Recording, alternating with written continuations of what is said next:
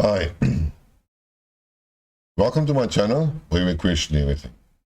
Today's topic is why I disagree with Gonzalo Lira. Now, this is the second part of a three-part video series. Basically, and you will find out why I'm actually doing it. I actually said I will not do a review of Gonzalo's videos again, but unfortunately it's part of the whole system. And I'm talking specifically about the video that he made on the 9th of December, and it's called Unconditional Surrender is Now Russia's Goal. Well, to start off, you can see Gonzalo is still nicely clad in a light jersey and so on. It doesn't freeze. He still has light, still has internet.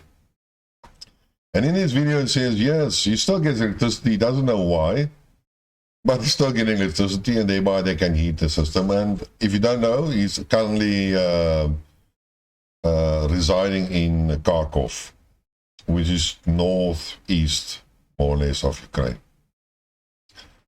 In any case, just for instance, sakes, I'm in South Africa, and we have scheduled blackouts. And yesterday it was 8 hours, today is going to be 8 hours, and tomorrow is going to be 8 hours, and the day after that's going to be 8 hours. And well, that's actually the reason why I'm making so little videos. I have so many topics to talk about, but I just don't get the gap. And we in South Africa is not even a war zone, so imagine that. And we haven't even got the same energy crisis in Europe. And it's nice warm. It's like 32, 33, 34 degrees, and we miss our air conditioners and battle to sleep at night at 20, 22 degrees. Well, it's the reverse of getting cold. So, well, it's just a little bit of a background here in South Africa. He doesn't talk much about, Gonzalo doesn't talk much about the Ukraine conflict itself. He just laments the war and the injuries and the deaths, the unnecessary deaths that is happening on the Ukrainian side. And the poor guys that are still in the trenches, that where they get trench feet, and it's raised by water, and in the night it freezes over, and all this other hardships that goes with it. Well, I'm not totally sure why he's so concerned about that. It is war, and war is hard, and it's terrible, and well, it's not a PC game. But just for the sake, so in the tradition of Andrei Martyanov, I looked at the credentials of Gonzalo Lira. I'm not going to go in every detail. I'll probably forget half of it in any case. But what I quickly could remember is that he did study for business science, but he failed in that at 2 universities. He did then go into, he wrote a couple of books. He did get a degree in philosophy, I believe, and history. He worked a couple of years in the PC gaming industry where he wrote scripts for games. And then he worked as a CIA agent, apparently, in Chile for about 10 years or something like that. And he made some documentary, I understand. And then he wanted to, then he started to move to Ukraine and Kharkov. And also, before the SMO started, he was a promoter. Well, he had a YouTube following and WhatsApp and Twitter and all this other junk that we all have, sort of, more or less. Any case, and then just before the SMO, he said, no, anybody that will think that the Russians will invade Ukraine is mad and naive and so on, and then, boops, then it happened, and then he changed his narrative. Now he's called a pro-Russian, pro-Putin, etc., etc., etc. And after, well, since February, he's still in Ukraine. Does it sound like a hell of an expert? No, not according to Andrei's credentials or criteria. But according to me, it doesn't really matter. I don't care what his credentials are. If you can see, if you can watch, you can think logical, and you do enough homework, and you read enough article, then surely anybody can make a logical conclusion. How accurate that conclusion is, well, we all differ and we all have our own views, and most of us are biased in any case. So, well, that's every person's own prerogative, and that's his personality. But as you know, I've been lately disagreeing with Gonzalez, because I believe he doesn't do enough homework. He doesn't read enough articles. He doesn't really is informed on what's going on, so I'm not sure what he's doing. Anyway, so coming back to the trench warfare and so on, and he's lamenting about the fate of the soldiers. Well, just for the sakes, Napoleon and his forces experienced the same hardships and even worse hardships. And on the retreat, then professional soldiers, because those were professional soldiers in the Napoleon army, as they retreated from the cold and the weather, they were collapsing next to the road and just dying there. Imagine that. That's hard. And then the German soldiers also invaded Russia and the eastern countries, and conquered a large swath of area and so on. And as far as I remember, they moved up to about 70 kilometers from Moscow. But they were also ill prepared for the winter, and they also suffered.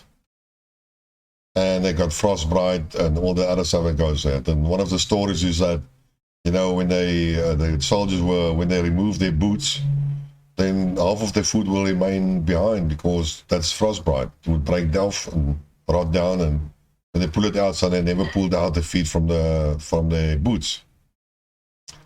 And they used hay and newspapers and anything they could find in order to insulate their boots. But it's terrible. It's horrible. But the Germans also suffered. And so did your Russian soldiers as well. Make no mistake. But that was the Napoleon's wars, and those were the Second World War. This is now the year 2022, and warfare have changed. And what actually amazes me is the amount of, if you look at UAV photographs, you see a lot of trenches and so on. But the days of the trenches are gone. There will be no more trench battles, per se, as in the traditional sense. You have trench here, and you have a trench there, and you have no man's land in between. And then the soldiers shoot each other, or they storm over no man's land, and then they are killed and run back to their trenches and sit there and so on. This is a totally different type of war. It's a war of artillery and attrition. And warfare has changed a lot. And if you look at any type of UAV footage and so on, then you see trenches, but you see that all of them are empty. And they're in the middle of nowhere, and they, in my opinion, they are ideal targets for artillery fire. So you push up the UAV, you see some men are in the trenches, you activate your artillery, and you bomb the crap out of those. But you don't see it. You never actually see it. You do see sometimes some soldier versus soldier battle in the trenches, but I've made a video of that a couple of days back. Maybe it has been shown today or yesterday. But there's no real battles in Dinges. So I'm still wondering, because I can't get any information about that, is that Bakhmut is heavily fortified. Well, what does fortifications mean? In the old days, it means trenches and tank barriers and tank trenches and all this other stuff. But today, if you really watched what happens, is that they progress up to a certain town or city, and then they bombard the city, and the enemy is usually located in the city or just on the outskirts. And then they attack it by artillery, and then attack it by infantry and armor, and then they conquer that city and Bob's your uncle. Now, if I think about now, normal modern type of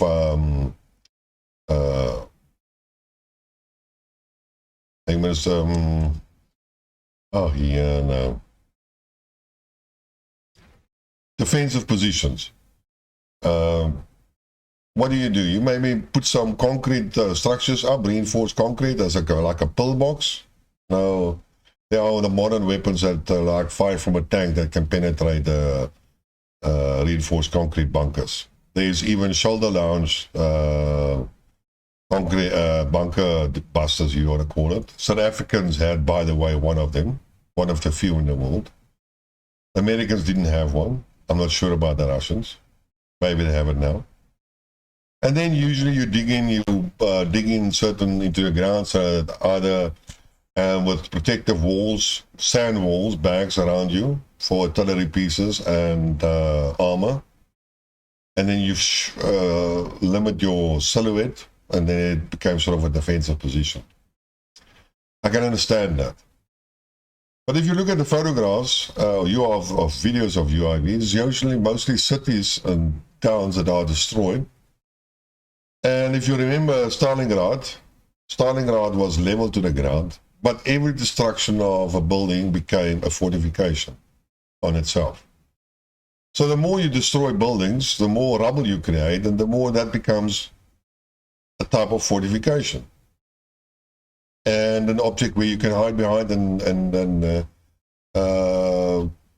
well, not only hide behind, so the enemy, you can't see it, but protection as well. So the only thing I can think of really in terms of fortifications is dug in position for tanks and artillery, and then normal buildings or other type of fortifications in terms of rubble and stuff like that. And if you look at some of the fighting also being done, it's usually when the soldiers are inside wood, forests, not wood, forests.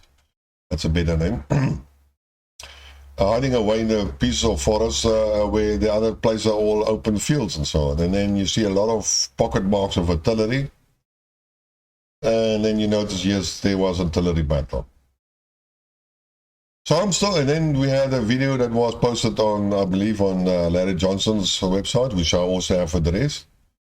And it was video from trenches, and I didn't see any water inside there.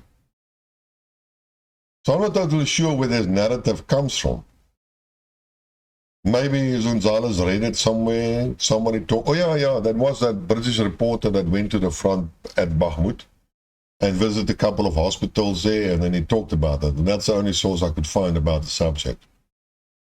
But again, if you also listen to the videos of the mercenaries that have returned from the front, like that American mercenary, which I made a video as well about, then no, they didn't fight like that. They didn't fight in trenches. They approached the Russian front lines, usually with APCs and so on, or with troop carriers, and sometimes on foot, but that's it.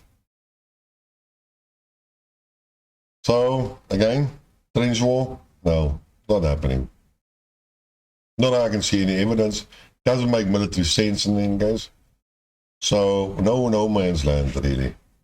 Yes, it is no man's land, but no man's land is not 100 meters. It's like 2 kilometers, 3 kilometers, maybe. In any case, even if there was water inside the trenches, if it's cold, it freezes over. And you can always throw branches inside there and you can make other trips, other plans. In South Africa, we call it boer maak 'n plan, which is a direct translation is that farmers make a plan. And there's always a solution to any problems. And then heading naturally, unconditional surrender is now Russia's goals. I don't hear anything about that. I haven't heard that Putin says that. They're still in the negotiation mode, war mode and negotiation mode, but they have made no preconditions. They have made no plans of them available. They are still only battling on the Donbass, Lugansk battlefronts. They still have to conquer Zaporizhzhia completely and Kherson Oblast completely. But after that, they have stated nothing. Any case, so I'm not sure even why I do it. Oh yeah, I do this video because it's part of the other video. Otherwise I wouldn't have done it. I don't know what Gonzalo is trying to do. Maybe earn some money, I don't know. But in any case, that's my story for today. If you like what you heard, please subscribe. Tell your friends, spread the word. Let's get enough subscribers so we can do some live debates. And until next time, cheers.